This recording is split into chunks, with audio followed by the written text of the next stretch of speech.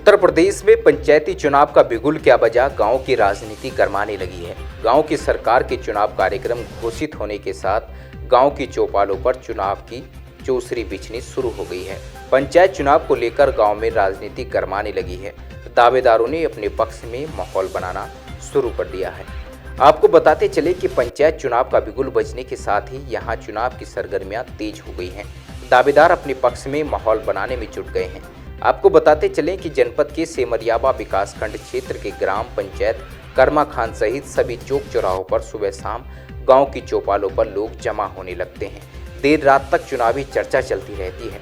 कुछ लोग तो अपने तरीके से स्थिति को बता रहे हैं, जिसके आधार पर कौन चुनाव लड़ेगा, किसका पलड़ा भारी रहेगा, इसकी चर्चा हो रही है। चुनाव की तारीख तय होने के बाद दावेदार व ग्रामीण जन कोरोना महामारी को भूलकर जनसंपर्क में जुट गए हैं। वहीं प्रधान पद के उम्मीदवार हाजी मोहम्मद हुसैन अंसारी, प्रत्याशी प्रतिनिधि हनीफ ने पूर्व प्रधान पर सरकारी धन के बंदरबाट और प्रधानमंत्री आवास योजना में लूट खसोट करने का आरोप लगाया और कहा कि आने वाली त्रिस्तरीय पंचायत चुनाव में गांव की जनता ने यदि मुझे आशीर्वाद दिया तो अपने वादों पर खरा उतरने का प्रयास करूंगा। मोहम्मद हनीफ, ग्राम कर्मा खान। आप किस पद के प्रत्याशी हैं? प्रधान पद के प्रत्याशी था, लेकिन पिछली बार आरक्षण में सीट सामान्य महिला हुई थी। अब की बार आरक्षण हुआ तो बैकवर्ड सीट हो गई, तो मैं अपना एक प्रत्याशी हाफिज मोहम्मद हुसैन अंसारी को लड़ा रहा। वहीं सेमरियाबा द्वितीय से जिला पंचायत सदस्य के बीजेपी उम्मीदवार बलराम विश्वकर्मा ने बताया कि जनता ने हमें यदि अपना आशीर्वाद दिया तो क्षेत्र की जो सड़कें खस्ताहाल हैं वह सबसे पहले ठीक करवाने का काम करेंगे। इसके साथ ही गरीब तबके के लोगों को शौचालय और आवास दिलवाने का काम भी किया जाएगा।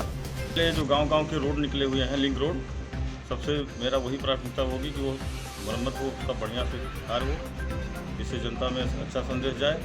दूसरा शौचालय, तीसरा आवास, ये अपनी प्राथमिकता है। आप एक युवा नेता हैं, आप इस क्षेत्र के युवाओं के बारे में क्या करेंगे? अब युवाओं के बारे में संत कबीर नगर से विनोद कुमार की रिपोर्ट। उत्तर प्रदेश के जनपद बदायूं में नो ड्यूज के नाम पर रिश्वत लेने का वीडियो सोशल मीडिया पर जमकर वायरल हो रहा है। जानकारी के लिए आपको बता दें कि नो ड्यूज के नाम पर सचिव के गुर्गे जमकर वसूली कर रहे हैं। मामला बिलसी अंबियापुर ब्लॉक का है, जहां पर सिरतोल निवासी सुमित ने बिलसी एसडीएम को शिकायती पत्र देकर उक्त सचिव के गुर्गे के खिलाफ कार्रवाई की मांग की है। मैं चुनाव लड़ रहा हूं। मैं अपनी मम्मी के नाम का नोटिस लेने गया था सचिव साहब के पास। उनसे मतलब 3-4 दिन हो गए भागते हुए, रोज़ कहते थे कि आज नहीं कल, आज नहीं कल। तो आज गया, 3000 रुपये लिए थे, तब नोटिस दिया है और मुझे बहुत परेशान किया है। गेट से बाहर निकाल दिया था परसों। तो मतलब ये ऐसा कानून किसने बताया है? सबूत है, मैं खुद वीडियो में पैसे दे रहा हूँ उसे। सचिव साहब के जो चेला नीचे रहता है उसने पैसे लिए हैं मुझसे, 3000 रुपये लिए हैं, 3000 रुपये लिए, 3000। उसके बाद नोटिस दिया उसने। सचिव साहब का नाम तो नहीं पता मुझे, देवेंद्र पाल सिंह ठाकुर, जो बदायूं अड्डे पे उनका कमरा है। मैं तो गेट से बाहर निकालता हूँ कल। और मेरा भाई भी गया, तो मेरे भाई से भी मतलब उन्होंने नोटिस नहीं दिया था। तो मेरा नाम सुमित है, ग्राम सिरतोल का रहने वाला हूँ मैं, तहसील बिलसी, जिला बदायूं। कोरोना संक्रमण के खतरे के बीच हो रहे त्रिस्तरीय चुनाव में शासन की गाइडलाइन का असर नजर नहीं आया। जनपद में पंचायत चुनाव के नामांकन के पहले दिन को जिला पंचायत सदस्य, ग्राम प्रधान, क्षेत्र पंचायत सदस्य और ग्राम पंचायत सदस्य पदों के लिए कुल 12,154 लोगों ने नामांकन पत्र दाखिल किए। जिले में पंचायत चुनाव के लिए 19 अप्रैल को मतदान होना है, लेकिन नामांकन प्रक्रिया के दौरान कोरोना संक्रमण पर रोकथाम के तमाम सरकारी दावे फेल हो रहे हैं। प्रत्याशियों ने सामाजिक दूरी और गाइडलाइन का जमकर मखौल उड़ाया। कोविड संक्रमण पर नसीहत देने वाले जिम्मेदार सत्ताधारी दलों के नेताओं ने भी जमकर नियमों की धज्जियां उड़ाई। नामांकन के पहले दिन ही विकासखंड कार्यालयों पर मेले सरीखा नजारा दिखाई दिया। समर्थकों के साथ प्रधानी, क्षेत्र पंचायत सदस्य और ग्राम पंचायत सदस्य पदों के नामांकन करने के लिए दावेदार अपने वाहनों में सवार होकर ब्लॉक मुख्यालय पर पहुंचे। हालांकि गेटों पर हाथ सैनिटाइज कराने के साथ थर्मल स्कैनिंग से तापमान मापा जा रहा था, लेकिन अंदर पहुंचने पर प्रत्याशियों ने लाइनों में न तो 2 गज की दूरी बनाई और न ही किसी ने मास्क के लिए उन्हें टोका। नामांकन के समय फिजिकल डिस्टेंस यानी शारीरिक दूरी का पालन कराने के लिए गोले भी बनाए गए। सब एक दूसरे से सटकर खड़े हुए नजर आए।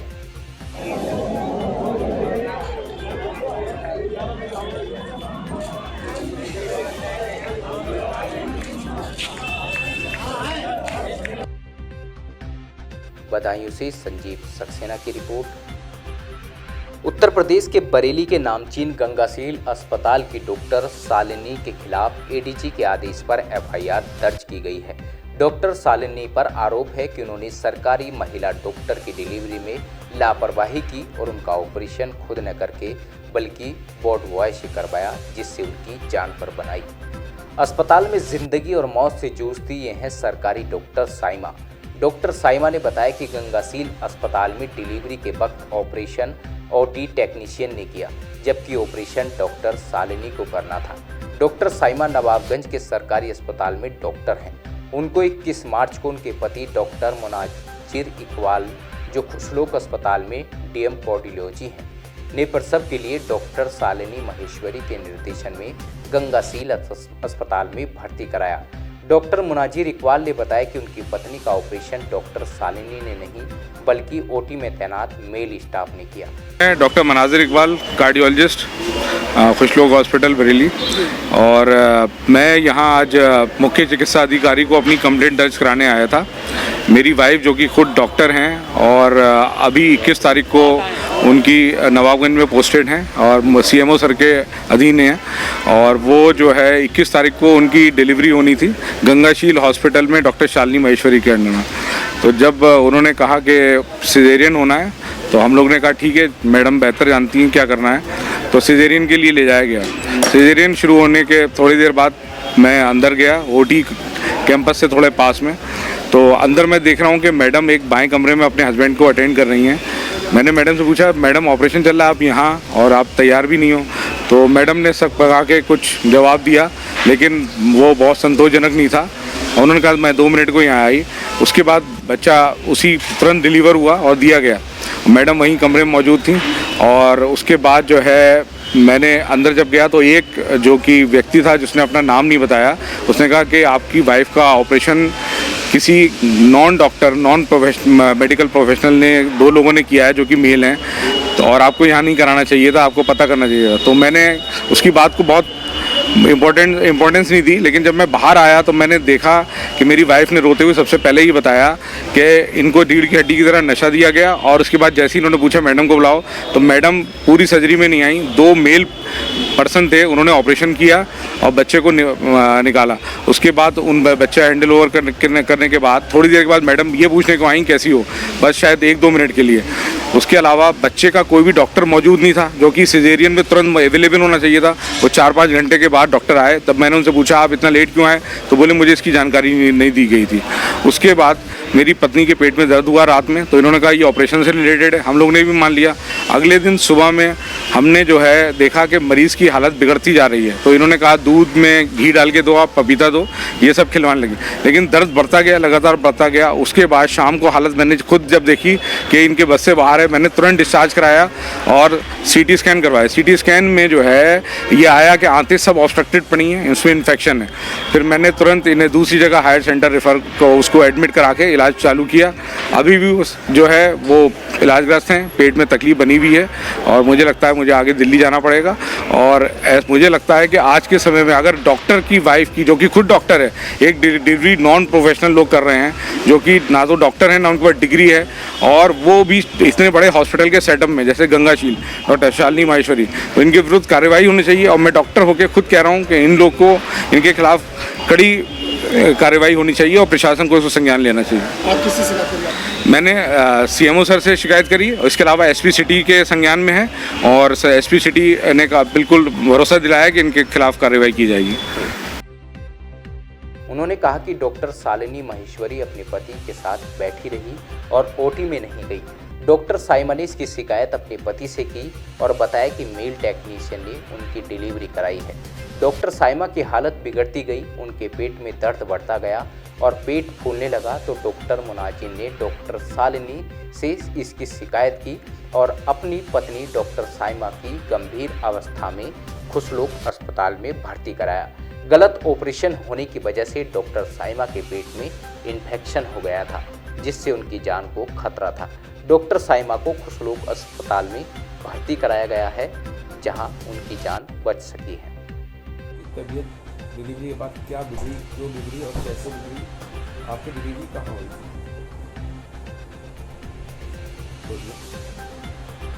मेरा नाम डॉक्टर साइमा है। मैं CSC नवाबगंज में पोस्टेड हूँ सरकारी अस्पताल। मैं अपनी डिलीवरी के लिए गंगा शिव अस्पताल में थी 21 तारीख को। उन्होंने मुझे नॉर्मल डिलीवरी की जगह कहा कि सीज़र होगा आपका उसी दिन। तो मैंने फिर वहाँ पर भर्ती हो गई 10:30 बजे जाके। तो उन्होंने कहा कि आपको टाइम लगेगा, आपके अभी सीज़र होने में, आप वेट कर लीजिए। फिर दोपहर के टाइम पे जब 1-1:30 बज गया तो उन्होंने कहा कि आप OT में आपको ले आएंगे क्योंकि डॉक्टर खाली हो गई, वो आपका सीज़र कर देंगे। फिर मुझे OT में ले जाया गया 2 बजे के करीब। और जब अंदर मैं उसी में OT के अंदर मुझे एक लेडी लेके गई थी व्हील चेयर के OT के अंदर। तो जब अंदर थी तो सारे वहाँ पर मेल मौजूद थे और मैंने पूछा कि डॉक्टर कब आएंगी, तो उन्होंने कहा कि डॉक्टर ने ये कहा है कि ये बराबर नहीं है, आपको लिटाएँ और आपके जब तक एनेस्थेशिया और क्लीनिंग करेंगे तब तक डॉक्टर आ जाएंगे। हमने उन्हें इन्फॉर्म कर दिया। तो जब मुझे उसको लिटाया गया OT टेबल पे, तो फिर वही मेल पर्सन ने मुझे एनेस्थेशिया दिया। तब मेरे नीचे का भाग सुन होने लगा और उन्होंने मुझे OT टेबल पे लिटा के क्लीनिंग स्टार्ट कर दी। तब भी मैंने पूछा कि डॉक्टर कहाँ है, डॉक्टर को बुला लीजिए। उनका भी हम क्लीनिंग कर रहे हैं, डॉक्टर ही आके आपका सीज़र करेंगे। तो आपको क्या लगा कि आपकी डिलीवरी नई डॉक्टर ने नहीं कराई?